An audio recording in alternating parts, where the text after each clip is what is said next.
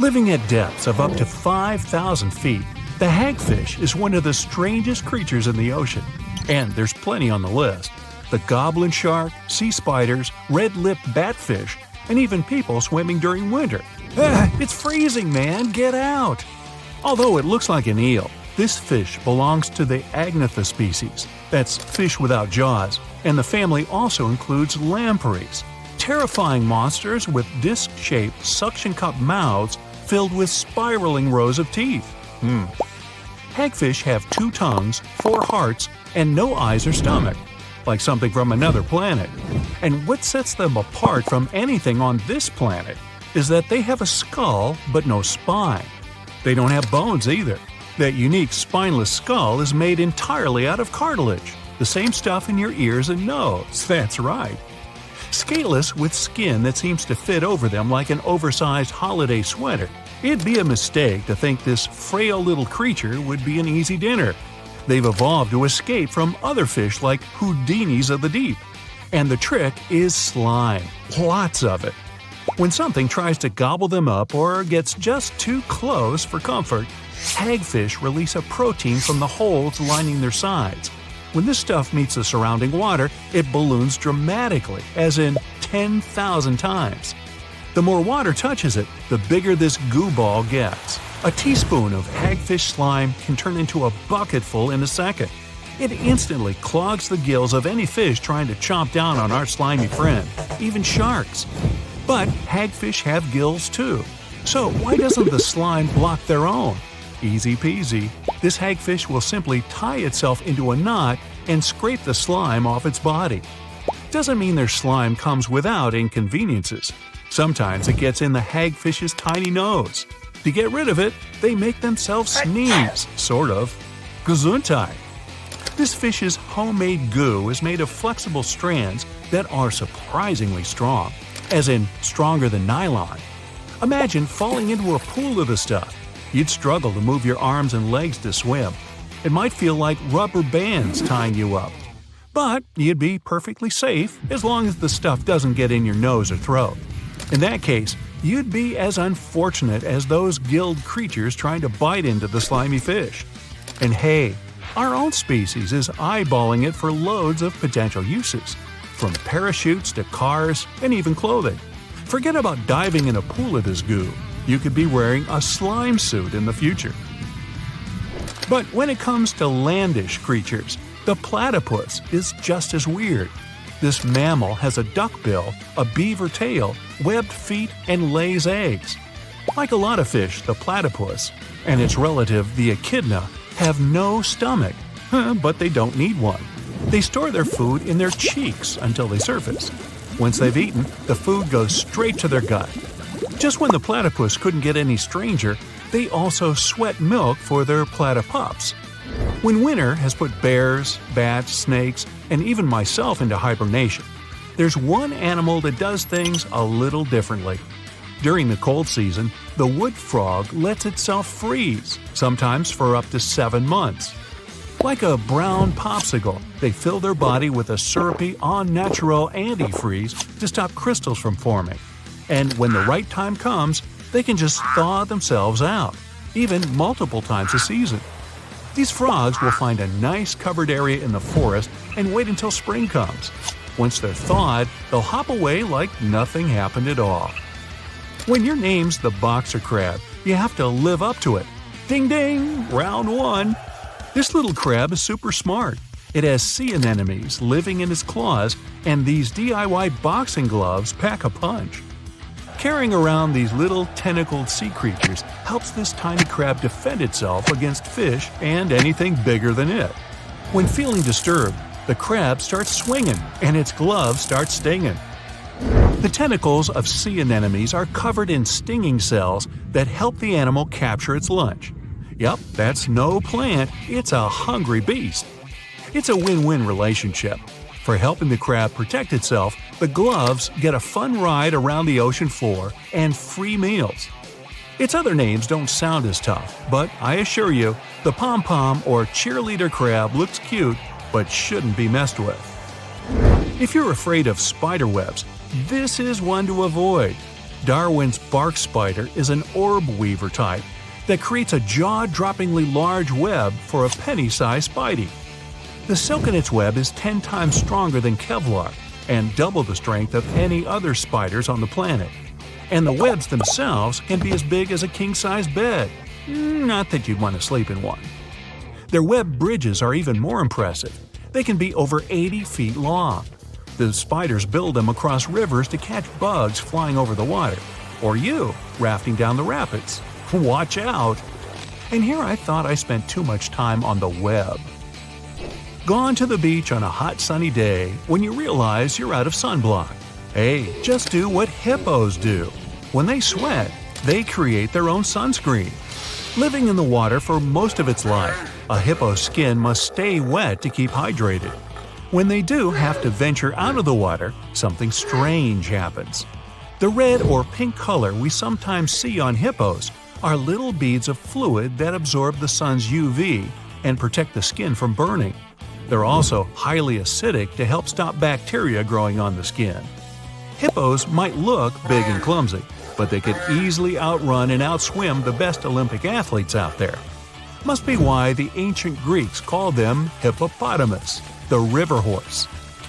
Now, when you're a plant, it's hard to defend yourself, but not for the acacia tree. It has built-in bodyguards, ants. When a few of the leaves are getting nibbled on, the vibrations alert the ant brigade to head out and stop the trespasser. Living in the hollow thorns of the branches, the acacia ants come out and shock the hungry animal with their wasp-like stinger.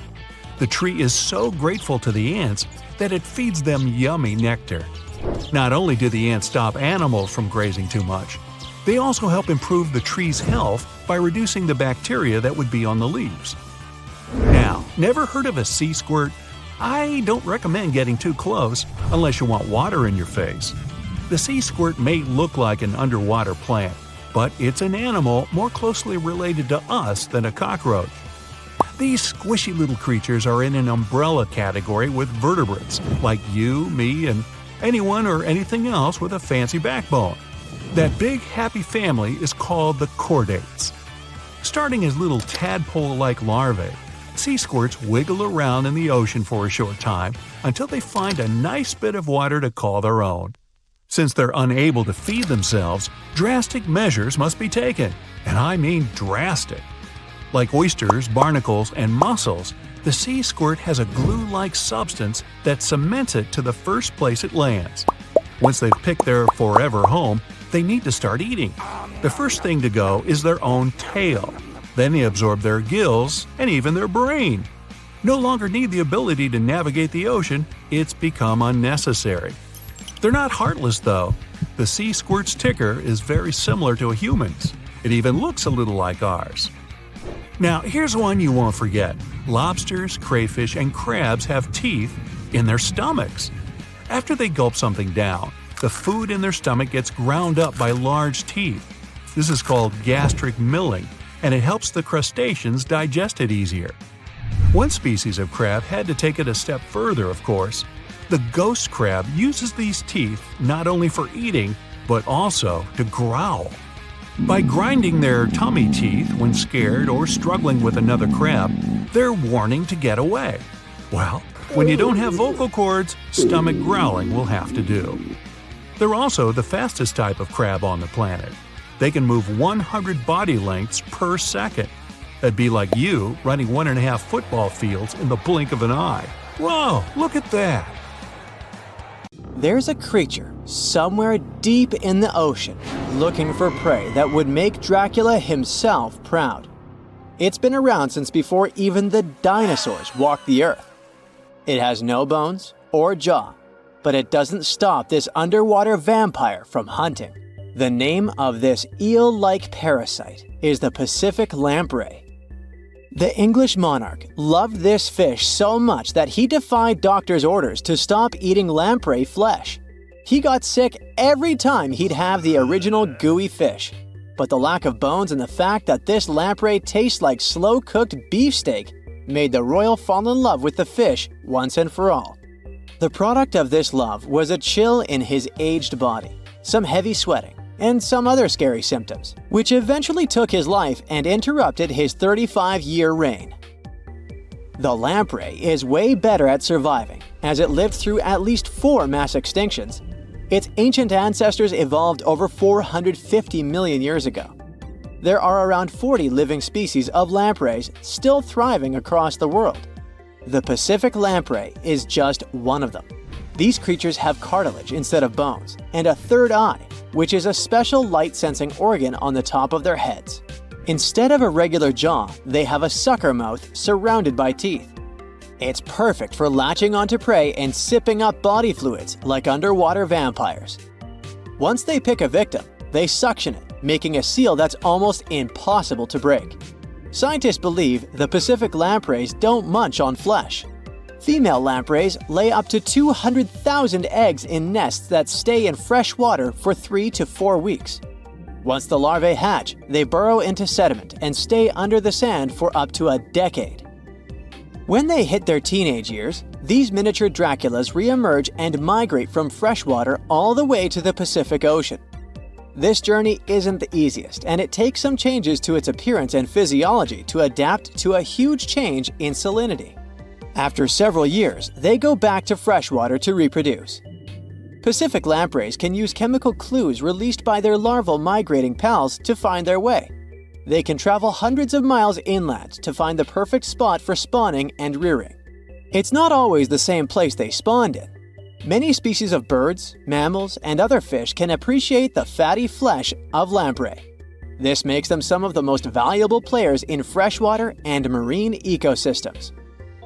Another lamprey type, the sea lamprey, is native to the Atlantic Ocean. It's not that dangerous when it's at home, but once it gets to the Great Lakes, it becomes a real threat to the 4 local native species of lamprey. The sea lamprey is up to 4 times bigger than the lake species. It has unlimited food and spawning grounds, and no natural predators here, so it becomes cocky. It secretes an enzyme that doesn't let the blood clot. Once it attaches to some unsuspecting fish, it spends the next several months feeding off of it. And even if the fish shakes the lamprey off, it doesn't have long to live because the mark the predator leaves behind. Sea lampreys aren't interested in humans, but can accidentally latch onto a swimmer. It won't be fatal, but it's not the most pleasant sensation, and you need to get the spot of the impact disinfected. The Australian box jellyfish looks harmless, but it's considered the most venomous marine animal. Unlike other kinds of jellyfish that float with the current rather than swim, this creature can reach an impressive speed and choose its own direction. It has tentacles covered with tiny darts loaded with poison. People and animals that get unlucky enough to meet with those tentacles face some scary and sometimes even fatal consequences in a matter of minutes. Before you decide to never revisit the ocean, you should know that only a few out of around 50 existing species of box jellyfish have venom that is lethal to humans. There are some not-so-dangerous species living in warm coastal waters worldwide. And the most dangerous ones are in the Indo-Pacific region and northern Australia. A blue-ringed octopus spots a signature psychedelic color and the ability to take away your life. This cute-looking sea monster likes to spend its time in the soft, sandy bottom or shallow tide pools and coral reefs. It normally hides in underwater crevices, among shells or debris. If you disturb it, the octopus will activate its tiny color-changing organs and demonstrate its blue rings as a warning signal. The next step will be releasing a venom 1,000 times more powerful than cyanide. This venom is more toxic than that of land mammals. The octopus normally uses it to hunt crabs, shrimp, and small fish by pecking them with its beak and paralyzing them. There is no known antidote for the venom, so if you ever see this sea creature, the best you can do is to stay away from it. It bites without any pain, so you might notice when it's too late. The good news is that it's not aggressive and won't go after you unless it's cornered. The reef stonefish are masters of disguise in the underwater world that camouflage themselves on rocks, coral reefs, or just blend into the seabed. They thrive throughout tropical marine waters of the Indo-Pacific. Their invisibility superpower makes them especially dangerous to their prospective victims they ambush and swallow whole. If someone happens to disturb them, their 13 defensive dorsal spines stand on end and deliver a powerful venom punch. They say stonefish stings are extra painful and lead to scary consequences within minutes. They're called the most venomous fish in the world. If you don't do anything about it, the impact can be lethal. If you ever go diving in the Pacific Ocean, be careful not to pick up a cone snail from the seafloor. It has a beautiful shell made of brown, black, or white patterns. Like most other snails, it's slow, but it has a complicated system of seeking out prey. It likes to snack on fish, marine worms, or even other snails. Once a cone snail senses food is near, it activates a sharp proboscis, or a needle-like protrusion from its mouth. The attack is swift and super potent. The victim doesn't even have time to realize what happened to them. Once it's completely incapable of moving, the cone snail swallows it whole. Humans aren't on its menu, but it can still release the venom if someone steps on it or disturbs it. The proboscis can even penetrate gloves. Luckily, only several out of over 700 species of cone snails can take a human's life. But since there's no antivenom, you better not risk it. All 52 known species of sea snakes living mostly in the warm tropical waters of the Indian and Pacific Oceans are venomous. The beaked sea snake even has the title of one of the world's most venomous serpents, but it's one of the few kinds that can pose a real threat to humans. Sea snakes prefer a peaceful coexistence and would rather slither away than engage in any confrontations. If you ever see them in the water, staying calm and moving slowly will save your life. Sea snake bites, although almost painless at the moment, can have varying degrees of impact. Some may only cause mild symptoms, while others can lead to severe outcomes. Most bite reports come from accidental encounters, like someone freeing them from nets or unsuspecting beachgoers stepping on them. Blue dragons rarely grow larger than the size of a grape. They like to swim belly up, so their brightest blues blend in with the ocean waters. And the silver front faces down and camouflages with the darker seabed. Blue dragons feed on another dangerous sea creature and store up their stinging cells. Their venom lives on even after the fish itself is no longer alive. That's why you should be extra careful and never pick up or step on them on the beach. Whale watching is a popular bucket list item, but getting too close to these gorgeous sea creatures isn't the best idea, especially if you don't want to kick the bucket too early. Whales are generally curious and friendly giants, but they can be unpredictable when you cross their personal borders. First of all, they are huge, and one wrong move on their side could flip over your boat or seriously hurt you. Second, they are wild animals, and like any other wild animals, they can carry certain infections they could transfer to you if you get into direct contact. Plus, they have strong parental instincts, so if you approach their young by accident, they might think you want to take them away and will act accordingly. It is only safe to observe whales from the sea when you're accompanied by an experienced expert, both for your own good and for the good of the whale. Now, sometimes whales and dolphins strand themselves on the shore for reasons scientists still can't explain. Quite recently, over 200 whales have been found on a remote beach in Tasmania, Australia. A rescue team rushed to the location to save the whales, half of which were still alive. The rescue operation was really complex due to the remote location. The locals were trying to help the whales, covering them with blankets and pouring buckets of water on them to keep them alive. This mutual effort of regular people and professional rescuers helped save around 100 whales. As to why this happened, one theory says the stranded whales might have had a leader who had some problems with orientation and took the whole pod to the wrong place. The Australian box jellyfish looks just like any other jellyfish you've probably met in the sea. But don't let these creatures deceive you. They're considered the most venomous marine animals. Box jellyfish got its name because it does look a lot like a box. Unlike other kinds of jellyfish that float with the current rather than swim, this creature can reach a decent speed and choose its own direction. And here comes the scariest part. It has tentacles covered with tiny darts loaded with poison. People and animals that get unlucky enough to have a rendezvous with those tentacles face some pretty scary and sometimes even fatal consequences in just a matter of minutes. Before you decide to cancel your vacation by the ocean, you should know that only a few out of the 50 species of box jellyfish have venom that is lethal to humans. Ooh. There are some not-so-dangerous species living in warm coastal waters worldwide, and the lethal ones reside in the Indo-Pacific region and northern Australia. Good day, mate. A blue-ringed octopus likes to pretend its only outstanding feature is the psychedelic color, but it can quickly and easily take away your life. This cute-looking sea monster likes to spend its time in the soft, sandy bottom or shallow tide pools and coral reefs. It normally hides in underwater crevices among shells or debris. If you somehow manage to find and disturb it there, the octopus will show you its signature blue rings as a warning signal. And if you don't get the hint, it will introduce you to its other signature feature, a venom 1,000 times more powerful than cyanide. One octopus has enough of it to do away with 26 people within minutes. This venom is more toxic than that of land mammals. The octopus normally uses it to hunt crabs, shrimp, and small fish by pecking them with its beak and paralyzing them. The same can happen to a human victim. You'll unlikely even feel the bite until it's too late.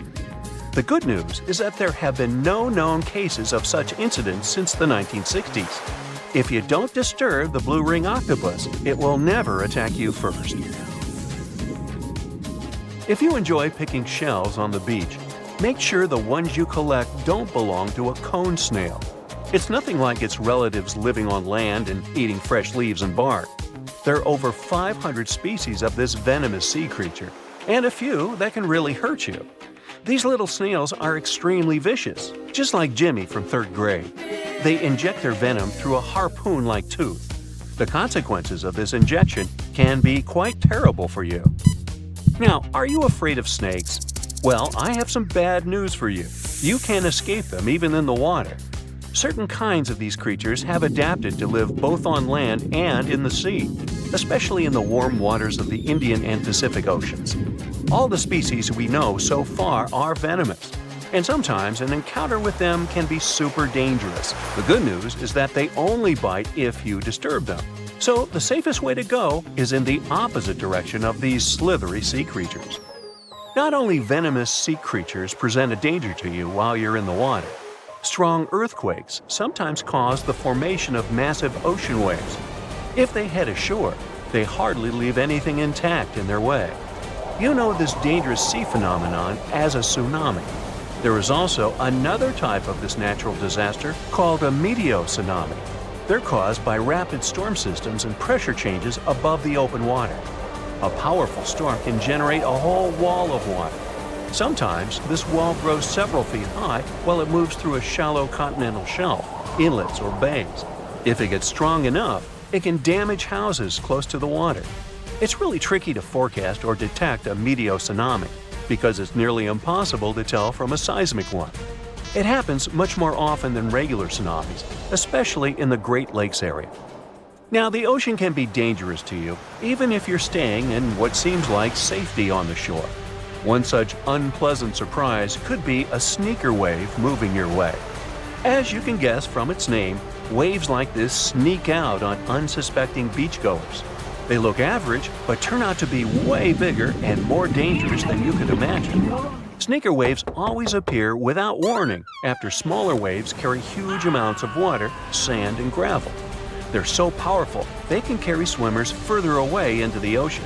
They can swipe you off your feet and into the water when you're casually strolling on a jetty or the beach or on an outcropping nearby. Oregon State University researchers found that sneaker waves form in offshore storms that carry wind energy to the ocean surface.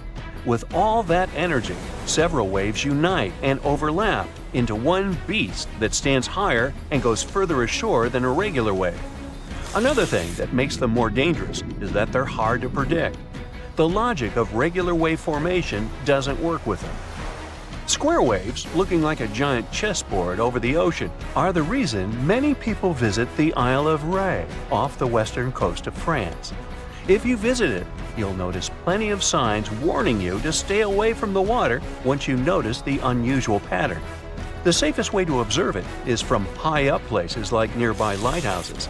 If you decide to stay in the water, the strong currents coming from two directions can literally sweep you off your feet. Generally, waves can travel many miles over the surface of the water, depending on local winds and weather. And even on days when the weather seems somewhat calm, storms located elsewhere can send in crashing waves that affect the surrounding calm waters. When waves travel onto the shores of distant lands, they're called swells. This is different from a wave that occurs from the local wind. When two different swells coming from opposite directions meet, it's known as a cross sea. This is what generates these square waves that you see near the Isle of Ré. The cross-sea phenomenon can appear in different locations around the world. The Isle of Ré is one of them, thanks to specific wind and weather patterns that create the perfect storm, which makes this cross-sea so beautiful and well recognizable. Well, wasn't that swell? Swell? Never mind. The stonefish. Stonefish aren't going to win any beauty contests, unless the pageant is for best rock look-alike. Their tiny unreflective eyes and rough skin blend in perfectly with their environment. A large head, an even bigger mouth, and a home full of, it's rocks. And just because you're on the beach doesn't mean you're safe. Stonefish can survive for 24 hours out of the water. Stepping on one or even handling one won't be that fun. Their dorsal fin spines have extremely strong venom. It shoots out when they get stepped on, and it can lead to paralysis or even heart failure. You'll need help fast. No wonder they're one of the most dangerous creatures in the water, or anywhere. Be careful when scrambling around rocky areas. They love to play hide and seek. The deep-sea dragonfish. If there were a prize for the most hideous fish in the ocean, the deep-sea dragonfish would win. With slimy, scaleless skin, massive teeth, and a face only a mother could love, this bad boy of the sea is nothing to mess with. It likes to swim between 700 feet and 6,000 feet below the surface of the ocean, where the waters are the darkest and coldest. Along with some other creatures on this list, the deep-sea dragonfish relies on its bioluminescent body parts to catch prey.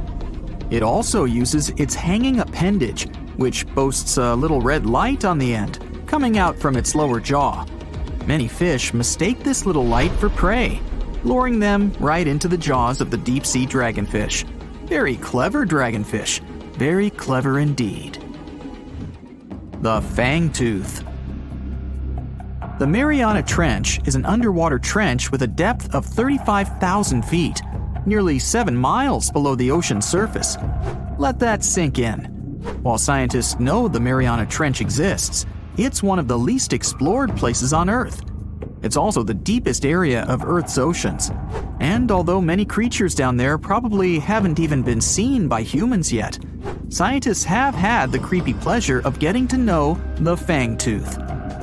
The fangtooth fish shamelessly lives up to its name. Just look at that thing. The fangtooth is carnivorous and feeds on just about anything it can find that gets caught in its sharp-toothed mouth.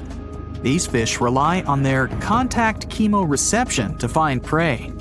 In other words, they can sense chemical residue that comes off of other living organisms in the deep sea. This is because they don't have any light-producing cells on their bodies, unlike many other deep-sea fish. On top of all that, it's pretty dark down there, so whatever crosses their path, they chomp on. While these guys look pretty scary, they're not a threat to humans. They only grow about 7 inches long. Even so, I wouldn't want to run into one of these things during a relaxing swim in the ocean. The Dunkleosteus. Strangely enough, this prehistoric fish, known as the T-Rex of the seas, had no teeth. Those were replaced with bony plates that allowed it to have the strongest bite among other monsters of its size. The goblin shark. If you thought the movies about sharks were scary, this next deep-sea creature will make you swear off going for dips in the ocean forever. However, it lives 3,000 feet underwater, so you'll never likely see it face to face. The goblin shark looks like a cross between a shark and a creature from your worst nightmare. These sharks boast a protruding sword-like snout with a jaw that juts out to match. Unlike other sharks that have more of a gray hue, this creepy thing looks not so pretty and pink. Aside from their scary demeanor, what do scientists really know about the goblin shark? Well, not much, except that they can grow up to 18 feet in length. Looks like there's still a lot to learn about these guys, if you dare to. By the way, did you know that sharks don't sleep? Many species have to keep water moving over their gills to get oxygen, so they can't fall into a deep sleep like we do. That's why they stay half awake during rest. Typically, sharks don't even close their eyes. The cookie cutter shark. This shark is a living horror, with lower teeth being big and sharp, while the upper ones are much smaller. When its teeth fall off, the shark eats them to maintain calcium levels. Pretty smart solution for a shark. The frilled shark. Studying the frilled shark is like looking through a portal back to prehistoric times. That's because scientists think that these eel-like sharks haven't changed much since their oldest ancestors roamed the deep sea waters, so they're sometimes referred to as living fossils. These sharks' mouths are filled with a terrifying 25 rows of backward-facing sharp teeth, 300 in total. They're designed to grasp prey and hold them tight so they can't get away, according to early studies of the shark conducted in 1884 and published in the Bulletin of the Essex Institute. Luckily for swimmers, the frilled sharks live between 390 feet and 4,200 feet below the ocean's surface, so they'll probably never run into them. Probably. This is probably the worst nightmare of any dentist. The northern stargazer. Take a look at this cutie. The northern stargazer is definitely not something you'd wish to see on the ocean floor. This horrid creature hides its body under the sand, leaving its face above to wait for prey. The tasseled wobbegong. Here's another carpet shark on our list. It lies low on the bottom of the sea and patiently waits for its prey to come by. The Australian ghost shark. The Australian ghost shark isn't really even a shark, but a very bony fish. It's also a living fossil. It hasn't changed within the last 400 million years. Believe it or not, sharks and humans have a common ancestor that lived around 440 million years ago. Even though we both evolved in our own way, there are still some signs of that connection. For example, the genome of an elephant shark is very similar to humans. The Leopleurodon. This list of terrifying creatures would be incomplete without mentioning the terrifying and prehistoric Leopleurodon. This carnivorous marine reptile existed during the Colovian stage of the Middle Jurassic era and ruled the waters at 9 feet in length. Scientists believe Leopleurodon thrived in this deep-sea trench because of its ability to swim long distances and its 4 paddle-like limbs. While they probably weren't able to propel themselves toward prey like other animals of the area, they did manage to accelerate and attack very ruthlessly and efficiently. Additionally, they relied on their long snouts to smell prey, which leads scientists to believe they didn't rely on sight for hunting. This means they could have thrived in the dark Mariana Trench. Around 150 million years ago, Leopleurodon became extinct due to competition for prey against other thriving marine reptiles. And I think I speak for all of us when I say, thank goodness for that. Considering that scientists have only explored 5% of the ocean floor and found some of the scariest sea creatures imaginable, one can only dream of what other animals reside in the deep sea waters. Perhaps it's best to keep them in your imagination. Am I right? the megamouth shark. This shark is a filter feeder, and it's friendly to humans, although its huge mouth can look quite threatening. Like basking sharks, it swims with its mouth constantly wide open, as if it were on Twitter. The gulper eel. This deep-sea eel has an easily distended belly that allows it to swallow prey twice its size in a single monstrous bite. They have very unusual jaw shapes and can reach about 2 to 3 feet in length. Do you see that large log near the ocean floor? Maybe it's part of an old ship. Treasure, gold, diamonds, I'm rich! Well, as you get closer, you notice something. It's swimming! It's not a shark or a dolphin, it's a saltwater crocodile. Now don't panic. If you bump into one of these reptiles in the sea, it's unlikely it'll think of you as food. Crocodiles have a special valve in their throat that stops them from drowning underwater, but that doesn't mean they can't bite. Usually, they're heading to a nearby island, and the quickest way there is to body surf. They can't really take the ferry, you know. Watching one from a distance should be okay. Just don't swim to shore right away. They love to ambush their lunch in shallow water. If there's one time I'd want to see a great white shark, it's when I'm diving with crocodiles. They'll gladly take a crocodile-sized nibble, given the right motivation. 70% of the surface of our planet is covered with water. Seas and oceans hide not only diverse inhabitants, but also traces of humanity. Thousands of sunken ships contain pieces of our centuries-old history. Let's look into these depths of the sea and find out what secrets they hide. So, imagine you dive into the seabed and find there... No, it's not the wreckage of a pirate ship of the 16th century. We've seen it many times in many documentary shows and read about it in books, and it's not attractive now. So, you dive into the ocean floor and find a huge porcelain tableware store. And it's not just porcelain that you can buy in the store, but more than 500-year-old dishes. The Chinese Ming Dynasty developed maritime trade for imports from foreign countries several hundred years ago. One ship didn't survive a sea storm and sank somewhere on the northwestern slope of the South China Sea. There, scuba divers discovered a sunken ship with valuable cargo on board. Thousands of porcelain cups, plates, and jugs with beautiful painted patterns lay among algae and sea sand. Experts counted all the items and claimed the ship carried about 100,000 items, but not all of them ended up in the cargo hold. Valuable items were scattered over hundreds of thousands of square feet. A similar case occurred in the Mediterranean Sea. One guy was diving off the coast of Israel and accidentally discovered the oldest sunken sea cargo in the eastern Mediterranean. Pieces of marble sculptures and structures lay on the seabed among the wreckage. They were so ancient that they got covered with algae and became part of the underwater landscape.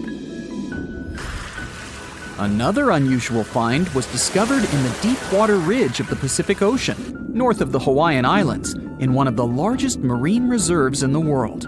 A research vessel sailed along the seabed and discovered a road. Part of the bottom was covered with yellow brick tiles. It was also like the tile used to cover a swimming pool. The researchers conducted an expedition in this unknown place and posted videos online. They went down to a depth of about 1.8 miles and noticed a strange track on the bottom made of yellow bricks. One of the guys jokingly said that it was the road to Atlantis. In fact, the road led nowhere, and it wasn't made by humans. Nature created this unusual landscape. The place with stone tiles was at the bottom of the lake, located at the top of an underwater mountain. Perhaps once upon a time, it was a volcano. Magma heated the surface, and cracks appeared on the ground. The lines of cracks made the solid surface look like a brick road. Okay, how about something more mysterious? 20 years ago, a Norwegian research vessel discovered strange holes in the seabed in the middle of the Atlantic Ocean. Then, already in 2022, other researchers found something similar, but at the bottom of the Pacific Ocean. Scientists discovered about 200 holes in 3 different places at a depth of about 2 miles. The holes were arranged in several rows, and a tunnel was under each. But where did it lead? To find out, you first need to find out who made these holes. Scientists studied animals that live at such a depth under enormous pressure. Imagine the weight of several dozen elephants pressed on a small area the size of a palm. That's about the pressure exerted by water in these depths. But still, some marine life has been able to adapt to such conditions. Scientists have seen sea urchins and worms, and even some big fish, but none of them made these mysterious holes. They saw a strange creature with a white and pink-hued body inside one of the holes. It was an amphipod, one of the crustacean family's representatives. Scientists caught it and did a little research. This little crayfish was digging a tunnel with its long claws. It used it as a home to hide and shelter its offspring. Or the small crustacean was digging tunnels in search of food. There's a place in the ocean where many remnants of ships lie on the seabed. And not sailing ships, but the space ones. This place is located in the South Pacific Ocean and is called Point Nemo. This is the most remote place from land on our planet. The nearest island is over 1,000 miles away from here. There's only a boundless ocean and complete loneliness. You won't even meet fish and other marine life here. The place receives little nutrients from the world's oceans because undercurrent and wind almost don't reach this area. There are different microorganisms in Point Nemo, but it's not why we're here. The reason is fireballs that fall from the sky into the water sometimes.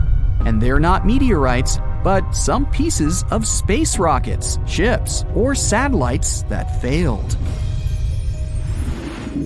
Point Nemo is an ocean desert, so space debris can't harm anyone here. Even if some heavy object provokes a giant wave, it won't reach the nearest land as it will lose all power in the water. Some archaeologists believe the oldest city in the world is about 9,500 years old.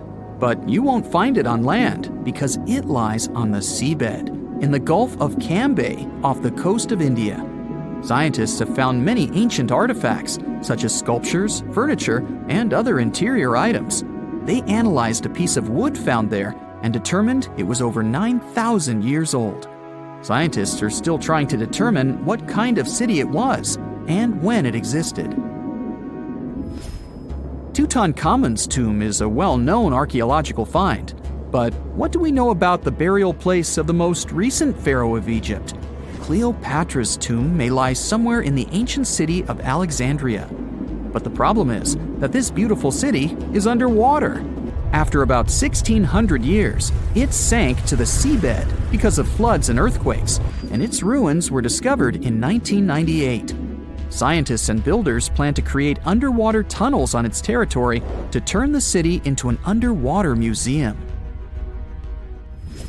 You can meet an unusual natural phenomenon, brinicles, in the depths of the Arctic and the southern ocean of Antarctica. It looks like an icicle frozen in water, which attracts marine organisms to itself and freezes them. When salt flows out of cracks on the ocean floor, it freezes since its density is greater than the density of the surrounding water. Upon contact with fresh water, it turns into liquid ice and freezes. Starfish, hedgehogs, and crustaceans were stuck there as this salt froze them.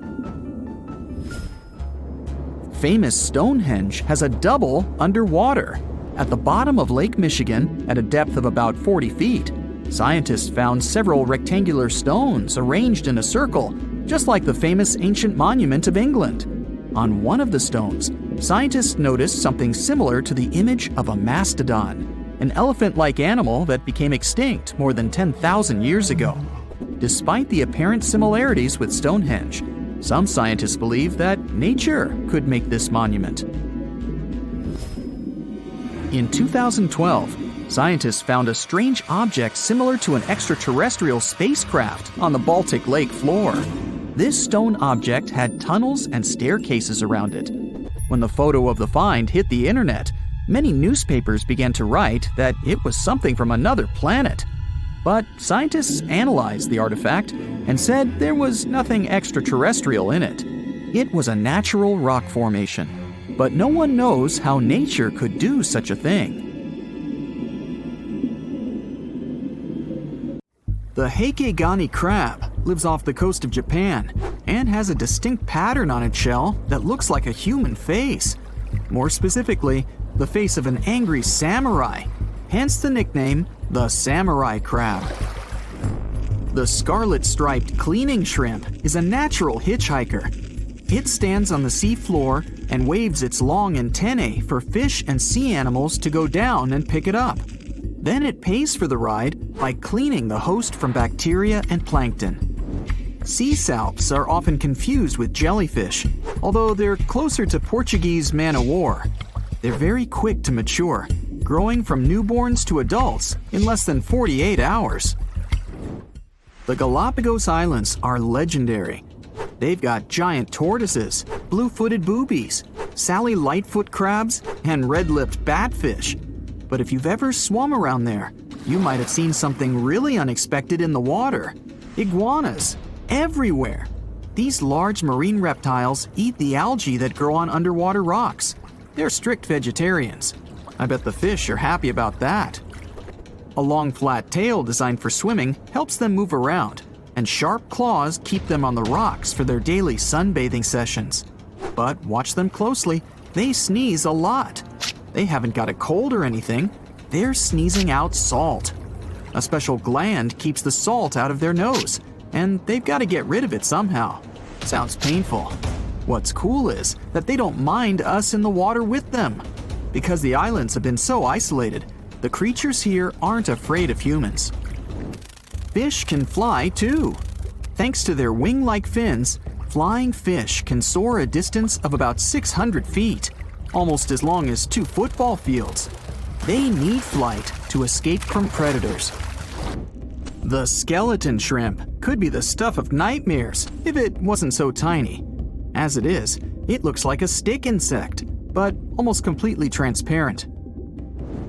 This creature looks more like a fish from a horror movie than from Earth's oceans.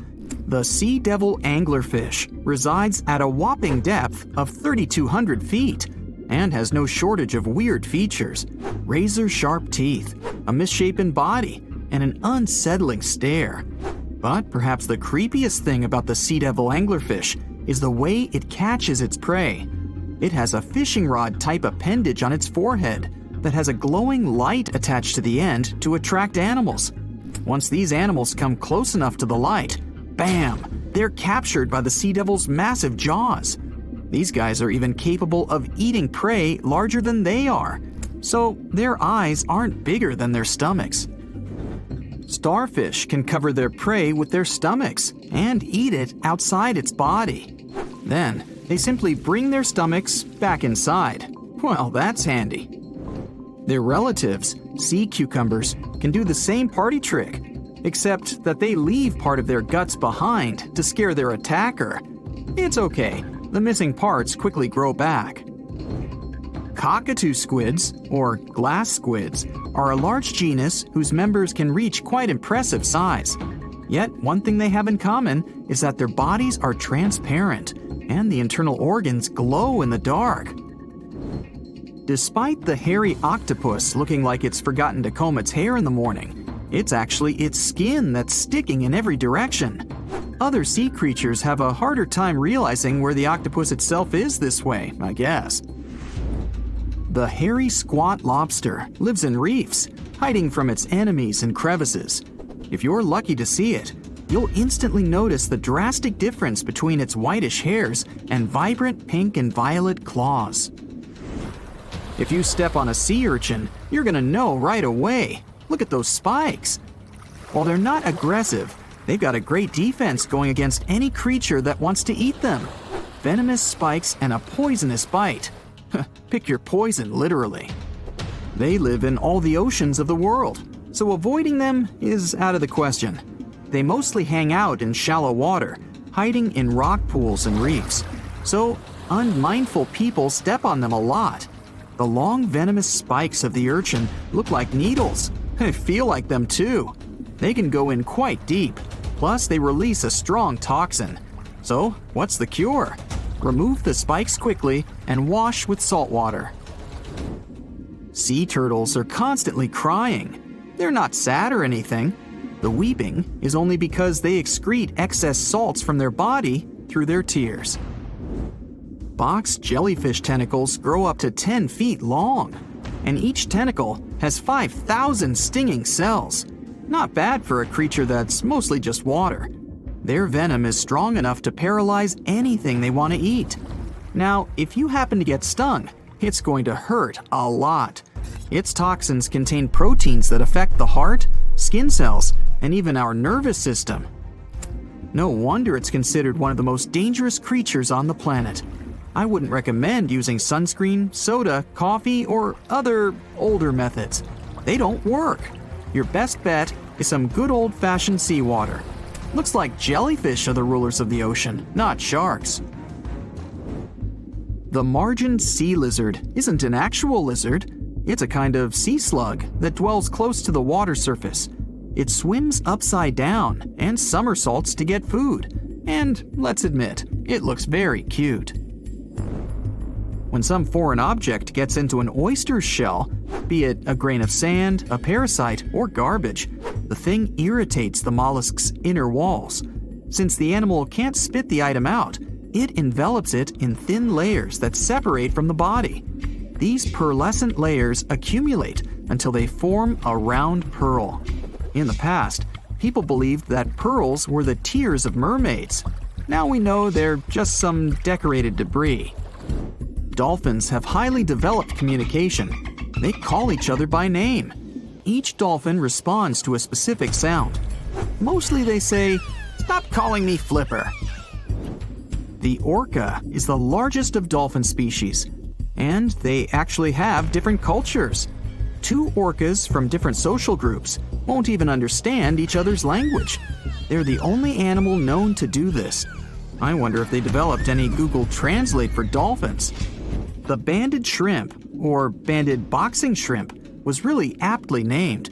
It's got bands of color all over its body and always stands in a boxer-like, ready-to-strike pose. The brown-lined paper bubble is another sea slug, and it definitely looks like one. It's got a special ability, though. It can quickly burrow holes in the sea floor, hiding from enemies inside them. The snakefish, as the name implies, looks a lot like a snake, but it has a very distinctive feature. It can walk on its fins. Thanks to this peculiarity, it easily crawls from one waterbed to another, choosing habitats more to its liking. On the way, a snakefish can get hungry, for sure, so it often munches on small birds and rodents. It can grow quite big, though, and hunt even larger animals. How much weirder can it get than to walk through the woods and suddenly see a huge and toothy fish stalking some rabbit? The alligator snapping turtle catches its prey by going fishing. Its tongue looks like a worm, and the turtle waits with its mouth wide open at the bottom of a stream, lake, or pond until some unsuspecting fish takes the bait. Then, snap! The jaws come together faster than the blink of an eye, and dinner is served. The mossy jellyfish is normally invisible in the dark abyss where it dwells, but when exposed to light, it will reflect it and shine beautifully. The black swallower might be small, but make no mistake, it could easily gulp down your favorite puppy. It can open its mouth extremely wide, allowing it to swallow prey twice its size. The African tigerfish will eat whatever it finds, and given its own size and that of its monstrous teeth, you can imagine it finds a lot of food. It mostly feeds on other fish, but when nutrition is scarce, it can jump out of the water and catch both insects and small birds right in the middle of the flight. It's not so big as to eat a human, of course, but the name should warn you that it can easily take a bite out of your arm or leg. Your brain controls your arms and legs, but with an octopus, each arm is actually kinda independent, with its own special brain, held together by a bigger central brain, kinda like the conductor of an orchestra. The central brain sends higher-level signals to each arm, saying things like, "Move to the left, there's a crab behind the corner," or "Touch this silly human's foot, let's mess with him a little bit." No matter how smart their arms and legs might be, an octopus still needs to look after them all the time. If you draw up a map, trace a line connecting the island of Bermuda, Puerto Rico, Miami, and back to Bermuda, what do you get? The infamous triangle, known for swallowing thousands of ships and aircraft over the centuries. But there's a new mystery to this already enigmatic place. Something's lurking deep in the waters below, and it's leaving bizarre clues of its existence. Splash! Your submarine hits the water surface. You descend 100, 1,000, 2,000, 3,000 feet. It's getting darker. The sub's walls creak as the pressure grows. Over 1,400 psi. It's like the weight of a grand piano squeezing every square inch of your body from all sides. You've made it to your destination. All that's left is to spot the beast. Just in time, among the black void, you see a bright green glow off in the distance. It's getting closer. As it approaches, it gets bigger. This is it! The creature that's been leaving strange circular markings on fish, dolphins, whales, and even other sharks. Behold, the cookie cutter shark! Don't let its size fool you. It may be no longer than a bowling pin, but this creature is a parasite. It attaches itself to other marine animals using its neatly arranged, serrated teeth. With one bite, it fills its belly, detaches, and goes on about its day. Its mobile snack also swims away with its life. The only evidence of this rendezvous, a cookie-shaped mark on its body. Don't assume you're safe in your submarine. These bold little guys have been known to go after subs too. You decide not to risk the shark punching a hole in the only thing keeping you from being squished to a pulp by the surrounding water. You journey on to meet other bizarre creatures lurking in the Bermuda Triangle. At twice the depth, you'll find the dragonfish. Unlike other deep water inhabitants, these things produce light in the infrared range. Blue and green is what other fish stick to. This gives the dragonfish a huge advantage. It provides itself with light that other marine dwellers just can't perceive.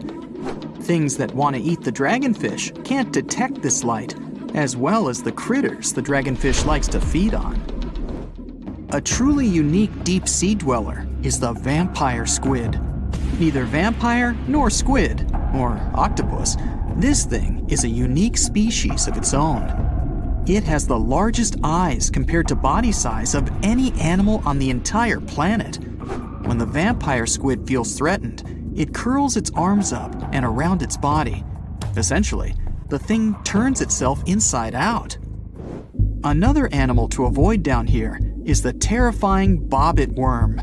It buries itself in the seafloor, leaving a small part of its body out. It waits for dinner time with its pincer-like mouth parts open. What's on the menu? Other worms and fish that can be 7 times bigger than the bobbit. It uses its 5 antennas to sense when lunch is close enough to snap. In an instant, the worm launches forward and grabs its lunch with its mouth parts. It's not done yet.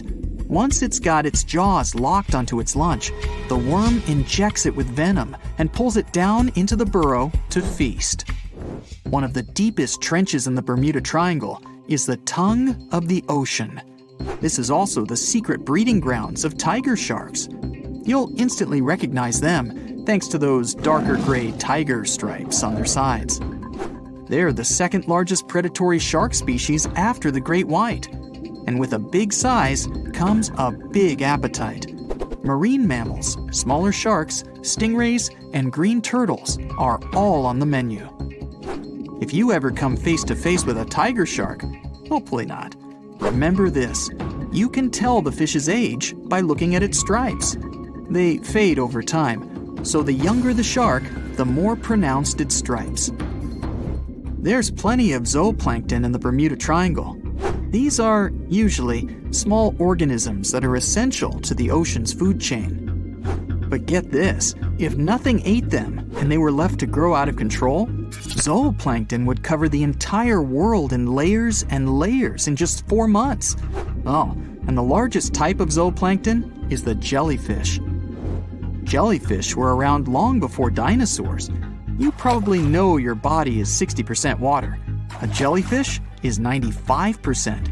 So if it gets washed onto the shore, after a few hours, most of its body just evaporates into the air.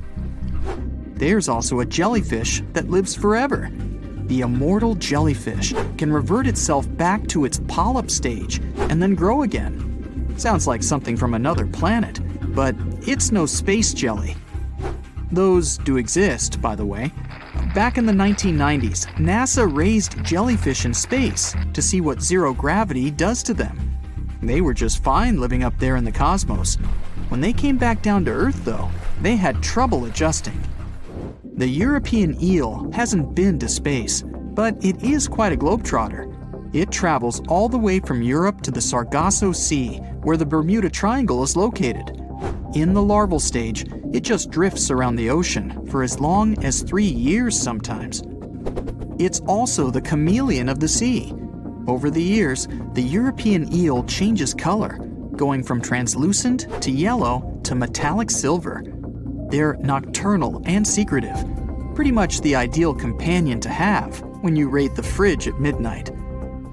A giant squid over half the length of a football field once washed up on a Florida beach. Researchers suspected this behemoth came from the Atlantic Ocean near the Bermuda Triangle. Giant squids are the longest invertebrates, meaning they have no backbone. They also have the biggest eyes on Earth, ever. They're as large as a soccer ball. Another creature found near the Bermuda Triangle is Sterer's cave shrimp. They were so good at keeping to themselves that no one knew these creatures even existed until 2011. Some female cave shrimps carry an impressive number of eggs along with them. Scientists discovered one female had around 2,000 eggs attached to her body. The Bermuda petrel is the national bird of, yes, you guessed it, Bermuda. It's the second rarest seabird on the planet. In fact, people thought it was extinct until 1951, when they spotted a few on the island. It has an eerie cry that'll send shivers down your spine. The Nassau grouper can only be found on the coasts of South Florida. This fish lies in wait and ambushes its lunch of other fish, crabs, and lobsters. It's sort of like a vacuum cleaner because it inhales its food through its huge mouth. The fish has a cool defense mechanism too. Like the chameleon, it changes color when it feels it's in danger. Sometimes it takes on a lighter or darker shade of its own color to blend in with the environment. So, you may spot a Nassau grouper, or you may not. If you happen to visit the Bermuda Triangle, you'll probably see a hammerhead shark. They use that iconic hammer-shaped head to pin their lunch, stingrays, onto the ocean floor. The shape of their head also gives them better vision. They can see almost 360 degrees all around, above and below them. Well, save for one blind spot right in front of their nose. The hawksbill sea turtle may not look intimidating, but this guy will eat anything it can get its bird-like beak around. Sea sponges, algae, and even venomous jellyfish. A lot of the stuff on their menu is inedible for most, but their body fat can absorb the venom and toxins, so they go unscathed. The Bermuda Triangle is also home to green glowworms. They're not really worms, but larvae. They produce that bright light from an organ near their tail. This light makes smaller creatures come toward them, making it easy for them to catch their lunch. Most of the time, they look pretty ordinary, but they have an oddly fixed schedule. Every third night after the full moon during the summer, at an exact time, the glowworm lights up. But back to more nightmarish creatures of the Bermuda Triangle. There's the goblin shark, known as a living fossil because it's the only one left of its animal family. It's only about the length of your forearm and looks like nothing special. But watch closely as its lunch gets too close. Boom! The shark's jaw shoots out of its mouth and grabs onto the unlucky creature. Once the teeth have locked in, the jaw goes right back in the shark's mouth. And yes, you share the planet with this thing. Want to high-five a sea creature? Well, put your hand up for the Tasmanian red handfish. This fish doesn't swim like a fish. It walks. It uses its flipper-like hands to stroll around on the ocean floor. These bottom walkers are disturbed by swimmers and boats a lot. Some people even want to take them home as pets. I think it's better to just give them a wave and swim on by. The vampire squid. Its species name is Vampiroteuthis infernalis, which translates to vampire squid from hell. Oh yes, this vampire squid means to terrify everyone with its name, its dark red color, its spikes at the bottom, and the scary fact that it can basically turn itself inside out. The vampire squid loves putting on a good show, but it's as harmless as a kitten is to humans. It's as if Dracula scared the pants off you, but he didn't have blood-sucking fangs. The vampire squid feeds on food particles from plants and animal matter floating near the ocean's surface. Since they're not predators, they need good defensive strategies, and their vampiric look is designed to ward off large creatures who want to eat them. Turning themselves inside out is a defensive mechanism since the spiky areas in the inner skin are more intimidating. They also shoot out a substance that does not have color, but is packed with bioluminescent particles to distract predators. The vaquita. Going out on a boat off the coast of Mexico sounds like the perfect vacation. The sun, the blue water, the most endangered sea creature. Wait, what? The vaquita isn't dangerous, but don't expect it to stick around to say hello or sign any autographs. It's incredibly shy. This little cow, that's what it means in Spanish, is one tiny sea mammal. With those black markings around its eyes, it looks more like a sea panda to me. Seeing one should make you feel very special. They're on the brink of extinction, mostly because they got caught by accident in fishing nets. It's estimated that there's only 10 left in the wild. The blue dragon. This little creature looks like something out of a kid's fantasy movie. It's called the blue glaucus, casually referred to as the blue dragon or blue angel. It can be found in many places, the Atlantic, Pacific, and Indian Oceans. It's kind of a mollusk and it only grows to be about an inch long.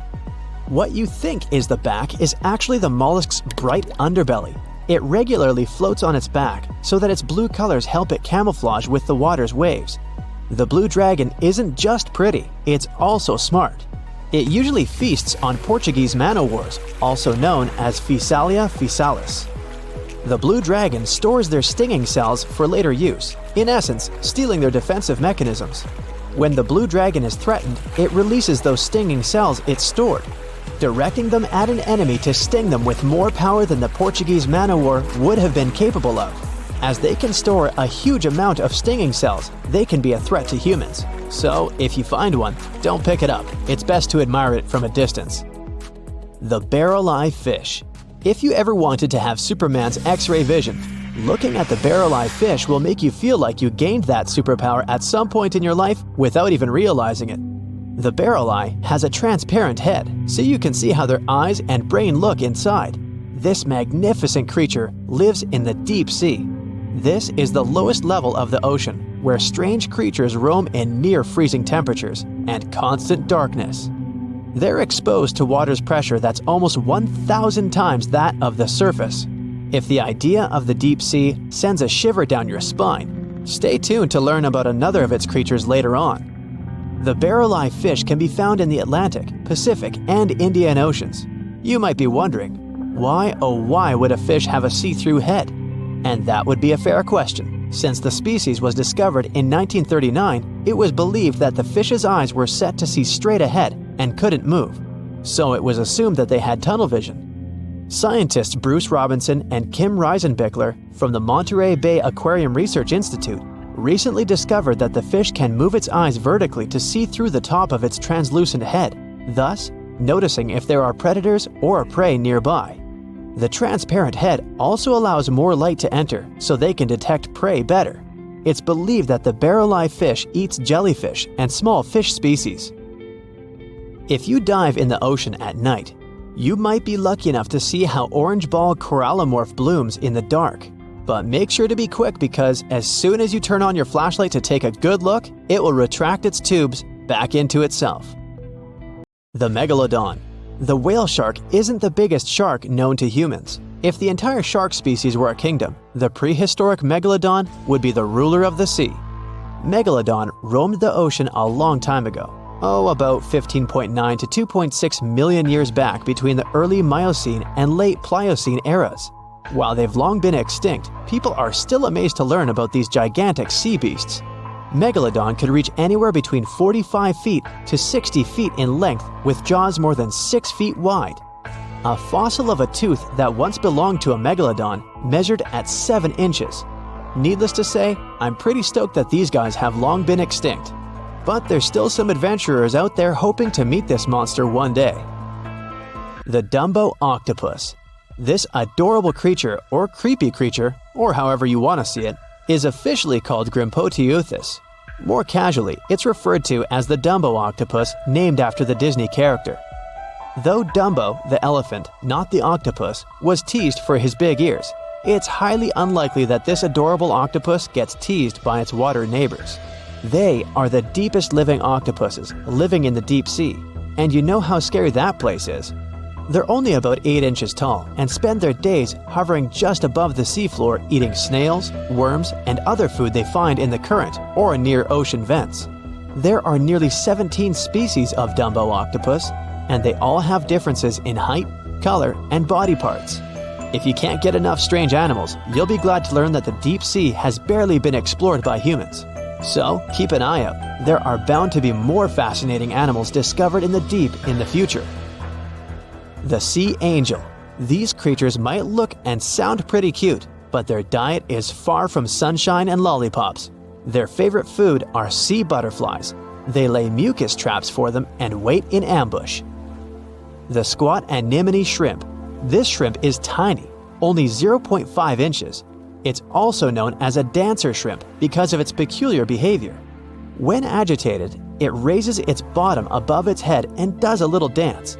Divers also say it readily jumps on their hands and cleans them. The coconut crab. This guy may look pretty creepy, especially when the sun goes down.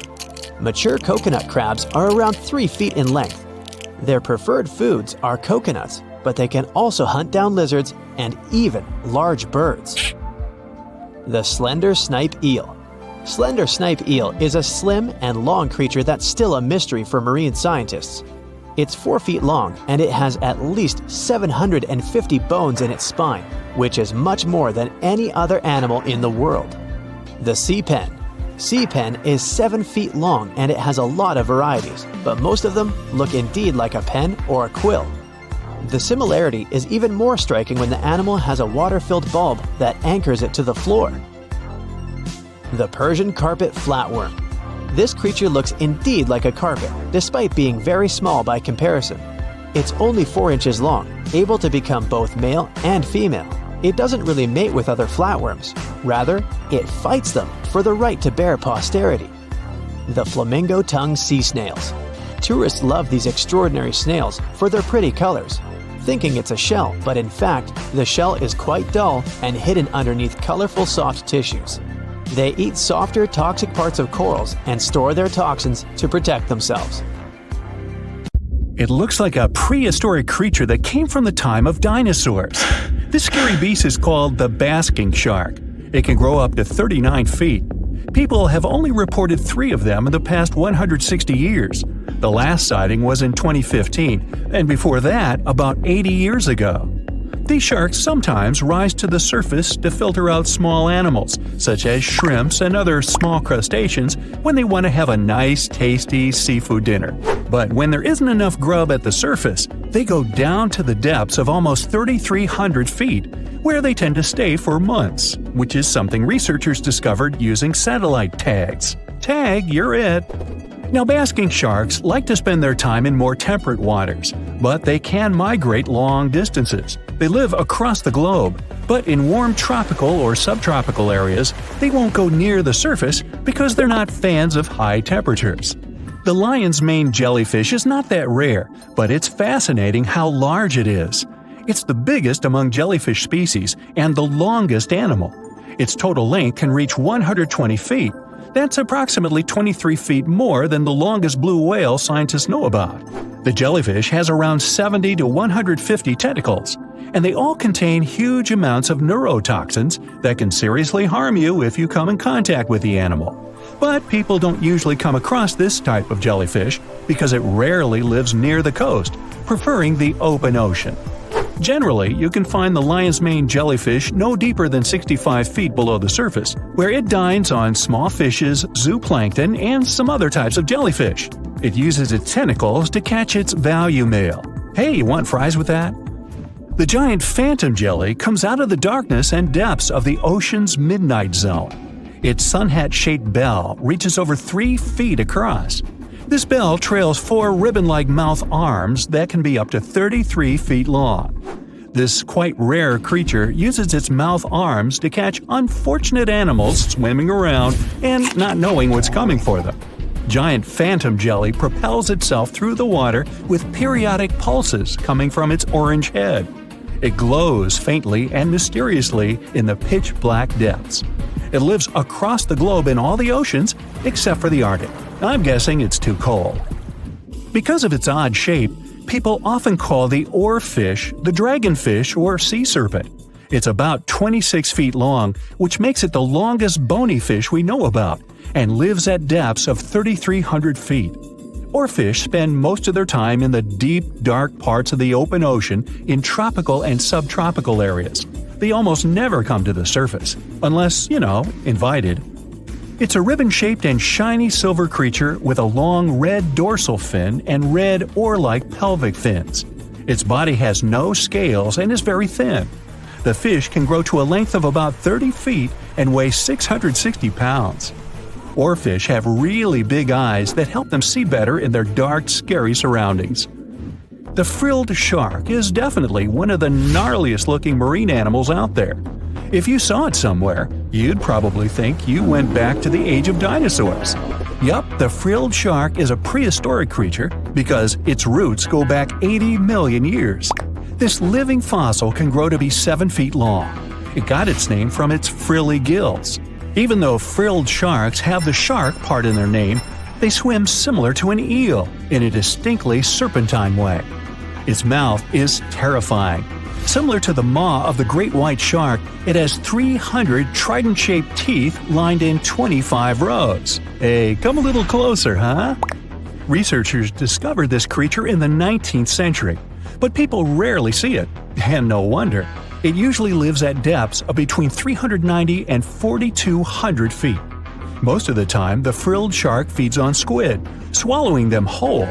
Its long jaws allowed the frilled shark to gape extra wide and swallow animals half as long as its entire body. Goblin sharks are very rare. Researchers have spotted fewer than 50 of them in more than 120 years. But maybe that's for the best, since we're talking about a pretty scary fella with a narrow snout and sharp teeth. It's also capable of thrusting its entire jaw outward when it wants to catch something. Sounds familiar. As it's lurking through the dark depths of the ocean, a goblin shark sees a small squid that looks quite yummy.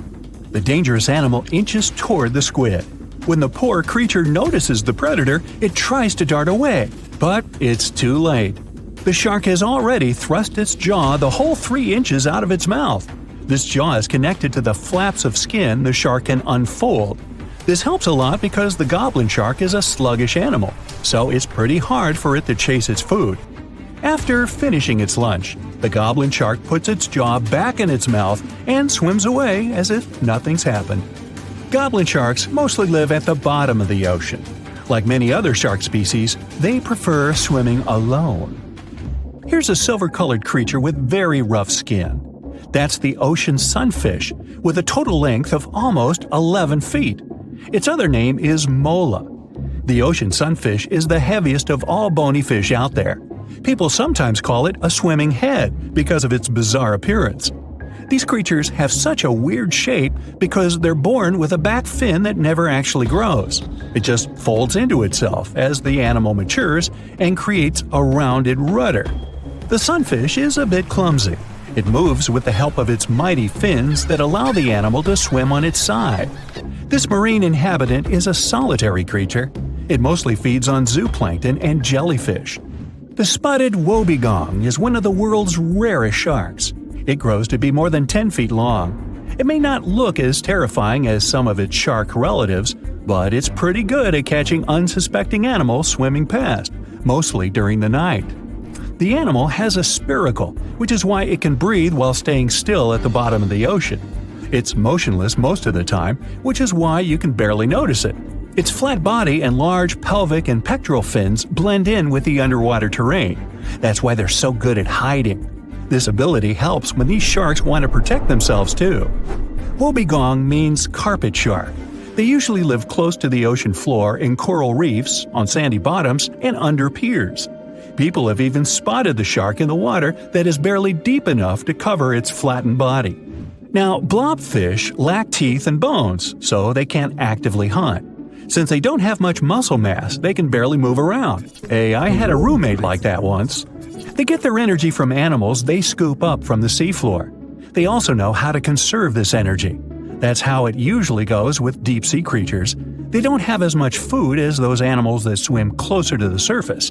Instead, they have special body mechanisms that allow them to save energy for the times when they don't have much to eat. Pressure at the depths where the blobfish lives is 120 times as high as that at the surface. That's why the bizarre creature looks like a weird gelatinous mass only when you bring it up to the surface. The pressure here is not strong enough to keep its body together. Hey, breaking up is hard to do. The white margin stargazer could compete with the blobfish for the title of the ugliest animal in the sea, don't you think?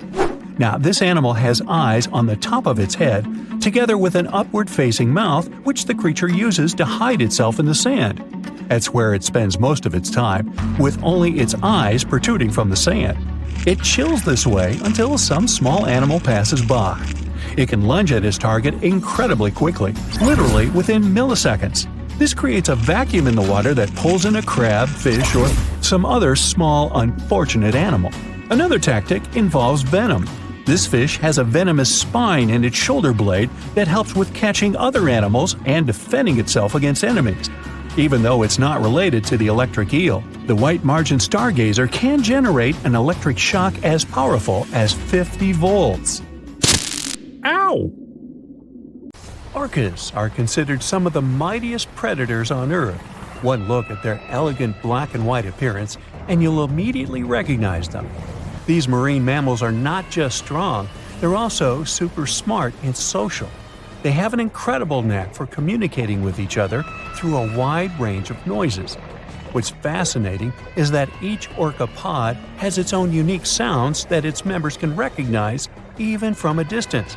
It's like they have their very own secret language. When it comes to hunting, orcas are highly skilled. While they prefer chilly coastal waters, you can find them all around the globe, from the polar regions to the equator. As the kings and queens of the food chain, orcas have a diverse palate. They enjoy feasting on fish, penguins, and other marine mammals like seals, sea lions, and even whales. They've got some serious teeth too, measuring up to 4 inches long. Now here's something really neat about orcas. They're expert hunters, and they do it in groups called pods. A pod can consist of up to 40 orcas, forming a very effective hunting team. Interestingly, there are distinct types of pods: resident and transient. Resident pods are more into fish, while transient pods have a taste for marine mammals. But no matter what type of pod they belong to, all orcas have one thing in common: they are master collaborators. They work together using smart hunting techniques that are often compared to the teamwork of wolf packs. When it comes to family matters, orcas take their roles seriously. Mothers are incredibly protective of their little ones, and often other adolescent females pitch in to help with the care. Mothers give birth every few years after a really long 17-month pregnancy. They usually have just one baby at a time. Eventually, as they grow up, they'll become more independent and venture out on their own. However, in some cases, the young orca may choose to stick with the pod it was born into for life. In the wild, orcas lived in tight-knit family groups, forming strong bonds and sharing a unique culture that is passed down from generation to generation. Research has shown that their social structure is decidedly sophisticated. Despite their beauty and intelligence, orcas are causing somewhat of a stir among sailors. Unbelievably, they have actually sunken boats. What's even more interesting, in a dangerous kind of way, is that they seem to be teaching their friends to do the same. According to experts, it all started with one upset orca. This poor soul experienced what they call a critical moment, and it triggered a whole new behavior. And now, this behavior is expanding among the orca population through social learning. Let's dive into the details. The latest incident occurred off the coast of Spain in the Straits of Gibraltar. A yacht had an unfortunate encounter with 3 orcas. The skipper of this vessel described how the little orcas shook the rudder while the big one repeatedly rammed the ship with all its might. The astonishing part is that the smaller orcas actually imitated the techniques of the larger one. With a slight run-up, they too slammed into the boat. It's like they were training with the master. But that's not all. Just 2 days before this incident, a group of 6 orcas ran into another sailboat in the same area. One of the orcas, a mother, seemed to be teaching her calf how to charge into the rudder. Now, you might be wondering why these boat-sinking shenanigans are happening more frequently. It turns out that reports of aggressive orca encounters off the Iberian coast have been popping up since 2020. And according to a study published last year, the attacks follow a pattern. The orcas approach the boat from the stern, strike the rudder, and then lose interest once the boat comes to a halt. There's some good news, though. Despite the increasing number of interactions between orcas and boats, most of them have been harmless. In fact, out of over 500 recorded interactions, only 3 boats have been sunk. So, the chances of your boat meeting its watery end at the hands or teeth of an orca are pretty slim. Let's trace the origin of this whole phenomenon.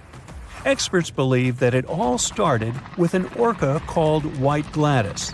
Poor White Gladys must have had a seriously rough time, maybe a collision with a boat or getting tangled up in some fishing gear. This traumatic event somehow flipped a switch in her behavior, and she began the whole physical contact with the boats thing. Remember when I said orcas are extremely social creatures? They are quick learners and great imitators. So once White Gladys started her boat bumping thing, the rest of the orcas caught on. And just like that, the behavior spread among the orca population.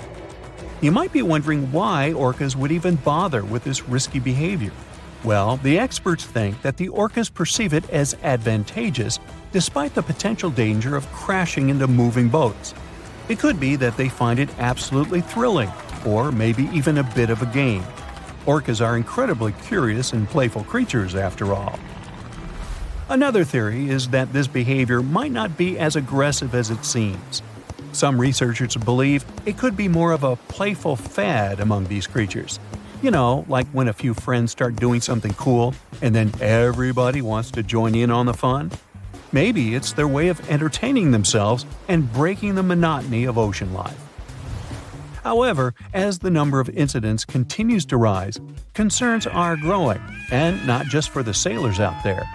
The Iberian orca subpopulation is already critically endangered, and this boat-bopping trend could pose a severe issue for them.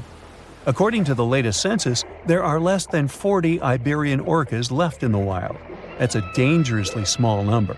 So if these boat encounters persist or become more intense, it could seriously jeopardize the safety of both sailors and the orcas themselves.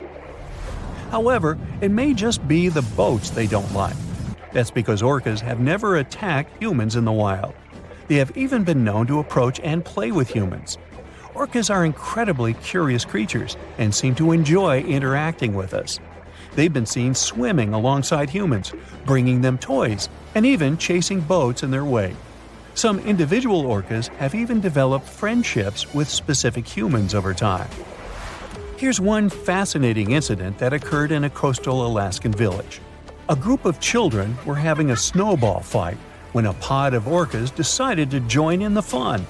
They broke off a piece of drift ice and began tossing it around in the air, much to the delight and amusement of the children. Now, you might wonder if orcas have ever saved humans from dangerous situations.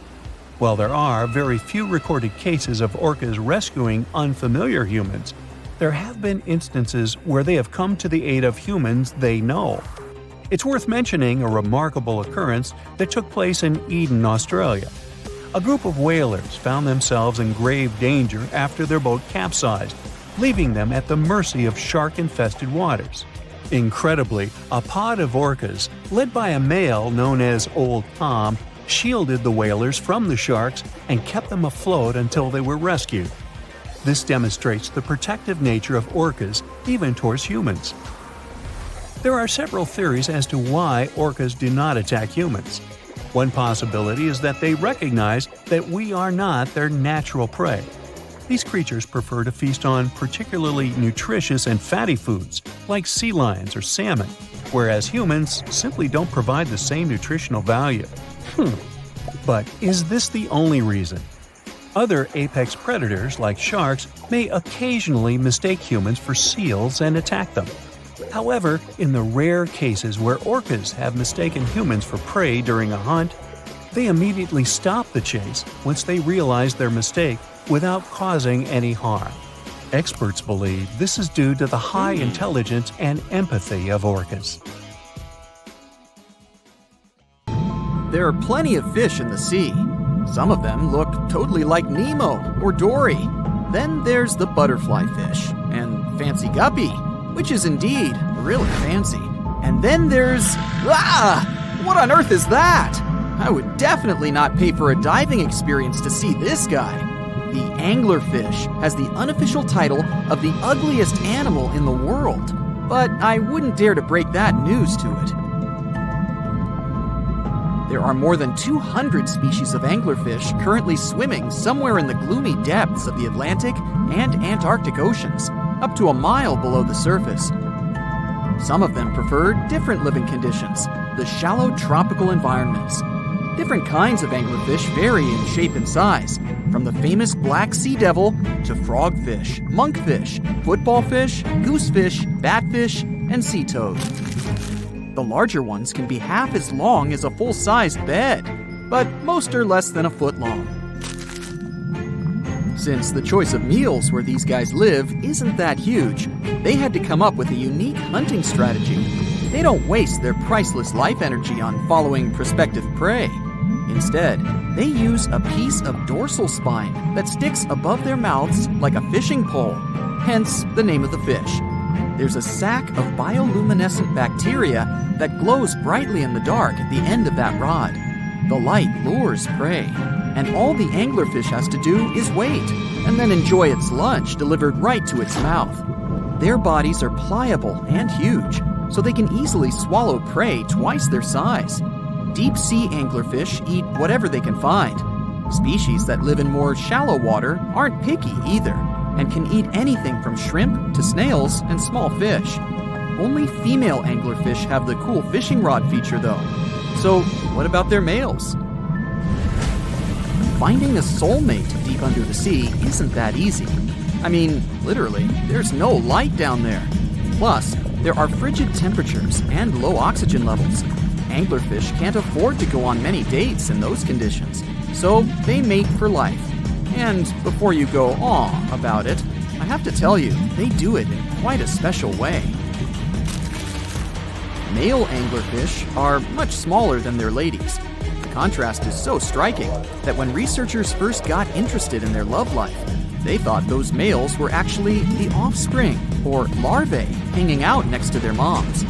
Certain anglerfish male species have receptors that alert them that there's a female nearby. After they mate, the male bites into his woman and stays attached to her head, belly, near her tail, and other areas he can access.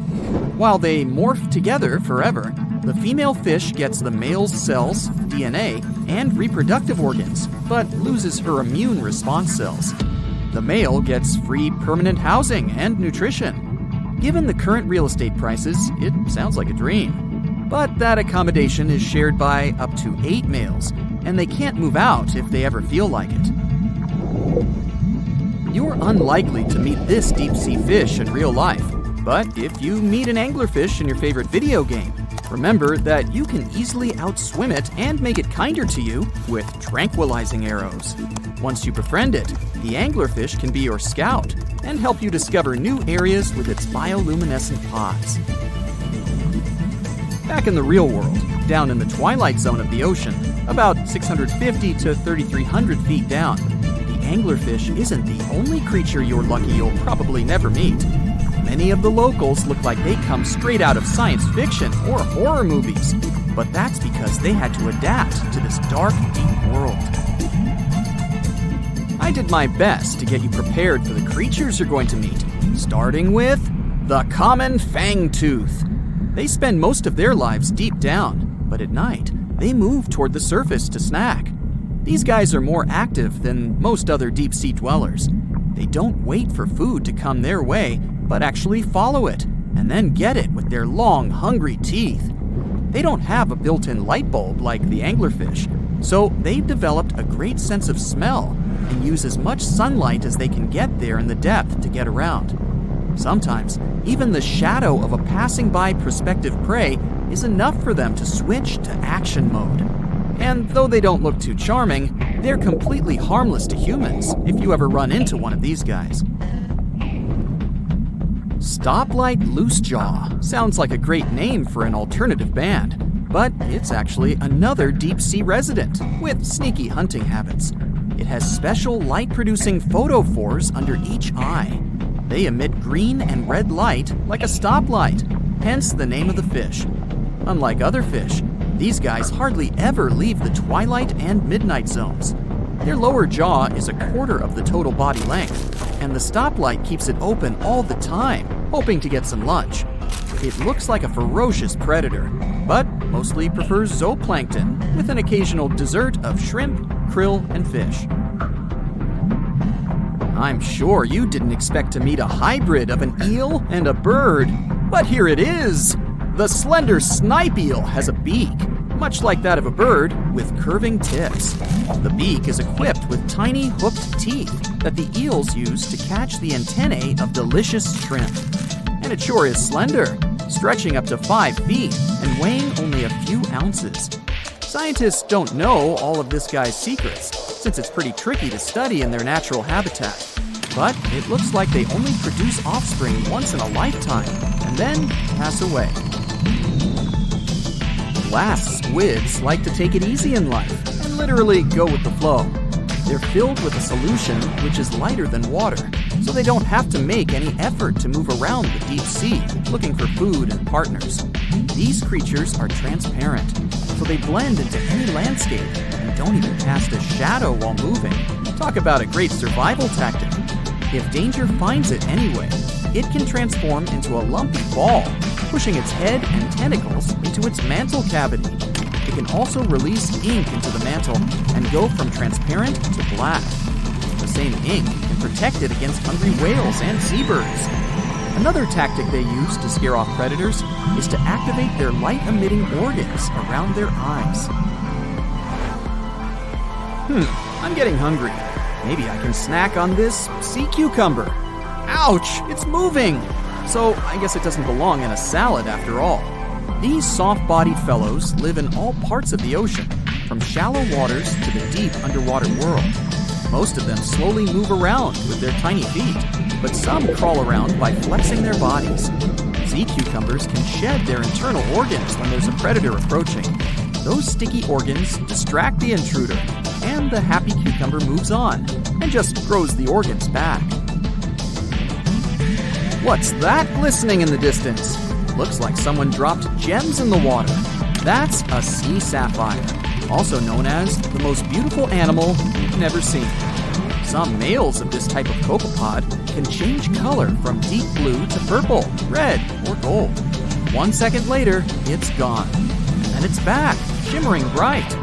The secret to this magic is that their bodies are transparent and reflect light differently at certain angles.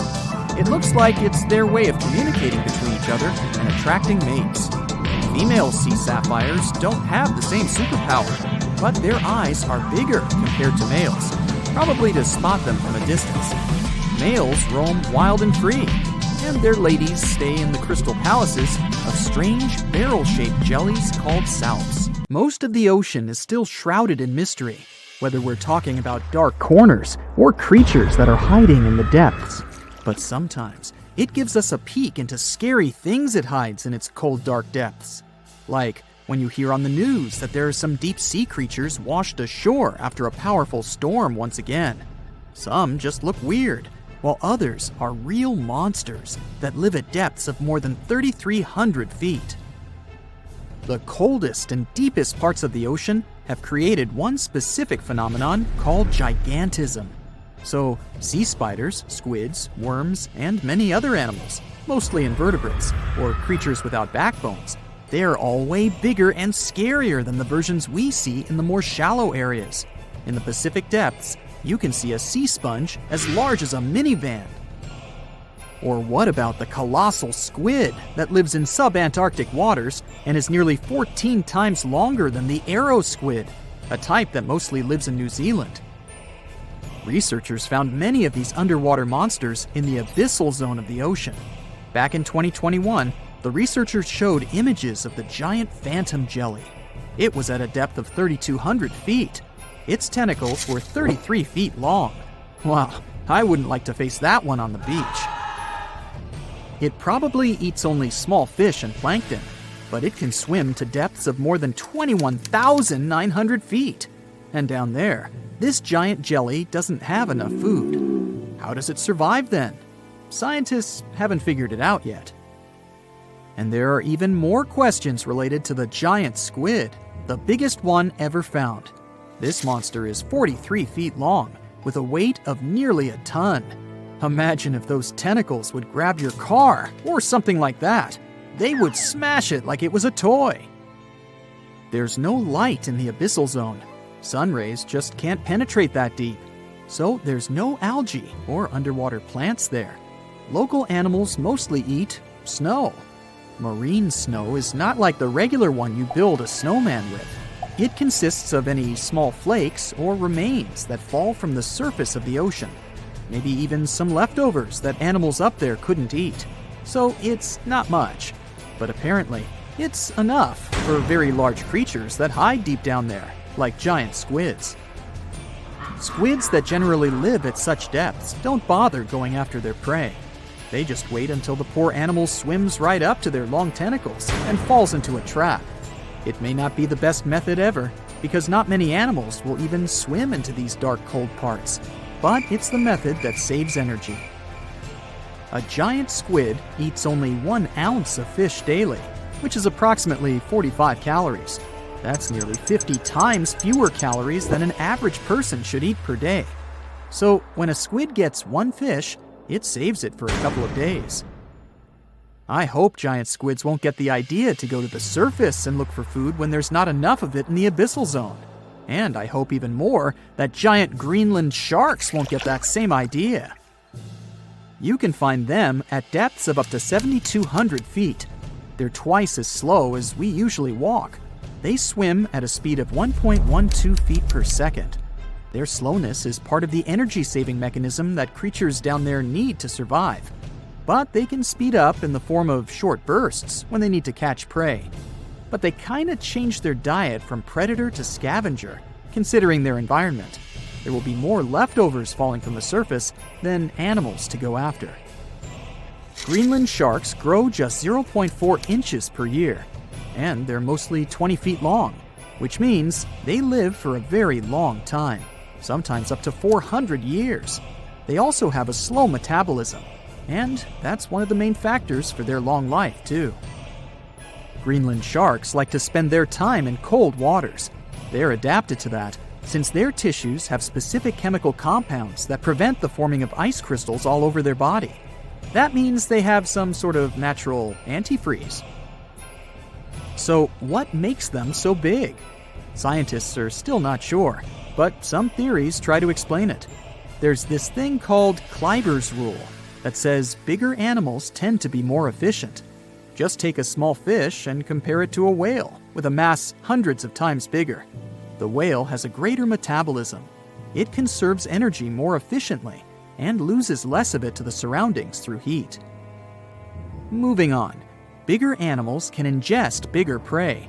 They're more likely to go through tough issues in their environment or defend themselves from predators going after them. Also, the body gets bigger when temperatures are lower. The Greenland shark is a perfect example. So are giant sea spiders. Sea spiders are generally common, and you find some very small ones at 0.04 inches. But in deeper parts of the Antarctic, they become 3-foot-long giants. They grow so big because the cold water has more oxygen. That way, more of it diffuses into the animal's body, and that allows it to grow bigger. Yeah, both as a creature and a nightmare. And how about this giant tube worm? Researchers found it accidentally while they were exploring the mysteries of the Pacific Ocean floor. They stumbled upon unusual hydrothermal vents. Volcanic heat is a thing that gets them going. As water seeps down through faults or cracks in the rock, these vents change their direction. When the water gets out of the vent, it's rich in different minerals and chemicals. Most animals wouldn't survive being around this toxic soup of chemicals, but not these tube worms. They came as a true surprise, because not only are they not bothered by these toxic vents and the almost boiling temperature of the water, but they developed entire ecosystems there. They're unique because they don't need sunlight to survive. Instead, small bacteria are their main source of energy. That bacteria gets their energy directly from these toxic chemicals. So it's not photosynthesis, but a process called chemosynthesis. And these tube worms don't have mouths. These bacteria live inside them. Strange story, huh? Plus, these scary worms reach up to 8 feet. Giant isopods are no better either. They lurk at the depths of the ocean of 1,640 feet or more below, far away from the sunlight, looking like some monstrous wood lice. They spend most of their time on the seabed, hoping to find some food falling from higher levels of the ocean. Check out their small hooked claws at the ends of their legs. Isopods use them to remain more stable while moving around the ocean floor. Since there's no light, they have long antennae that help them feel their way around.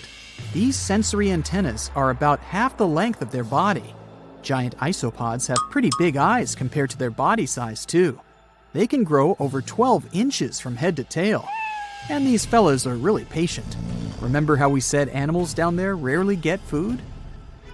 Sometimes they need to wait for years to get a proper meal. That's why their metabolism is amazingly slow. 5 years later. They can go for 5 years without eating anything.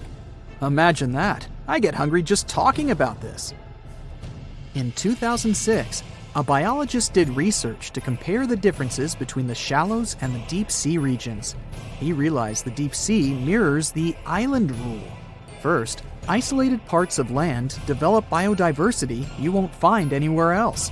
Second, small-bodied life there grows much bigger when it's isolated, compared to life on large land masses. Resources are limited, but also competition and predators.